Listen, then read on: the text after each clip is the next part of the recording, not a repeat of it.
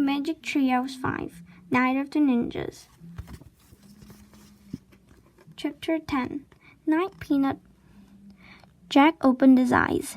Then he opened his fist. He stared at the moonstone in his hand. It was clear and smooth. It almost seemed to glow. "We're home," said Annie. Squeak! Annie and the mouse were looking out the window. Jack looked with them. The sun was setting in the distance. No time at all had passed in Frog Creek.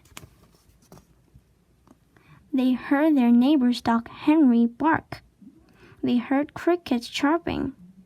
In the distance, they could see their dad step out of their house. He stood on their porch. "Jack, Annie," he called. "Time for dinner." "Coming," Annie shouted.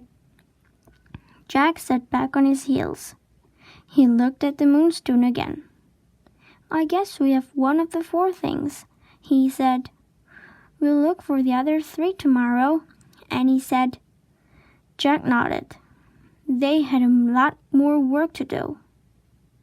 He put the moonstone in his pocket. He pulled on his pack.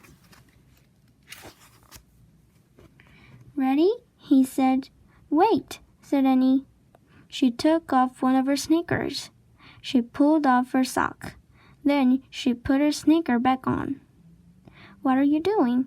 said Jack. "I'm making a bed," she said. "A what?" "Bed, you know, for Peanut to sleep in." Annie picked up the mouse. She tucked it inside her sock. "Night, Peanut," she said softly. Squeak!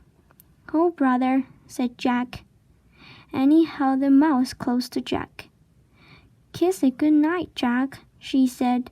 "Don't be silly," he said. "Let's go." "Thanks for helping us," Annie said to the mouse. She put Peanut gently down on the glowing M. She pulled Morgan's message out of her pouch and put it next to the mouse. "See you tomorrow," she said. Then she started down the ladder. Jack stared at the mouse. It looked back at him. For a moment, its dark eyes looked old and wise. "Come on, Jack," called Annie. Jack kissed its tiny head. "Night-night, Peanut," he whispered. Then Jack headed down the rope ladder. It got darker and darker as he went down. By the time he stepped onto the ground, it was almost completely black. "Where are you?" said Jack. "Here," said Annie. Her hand bumped his. He took it. "Careful," he said.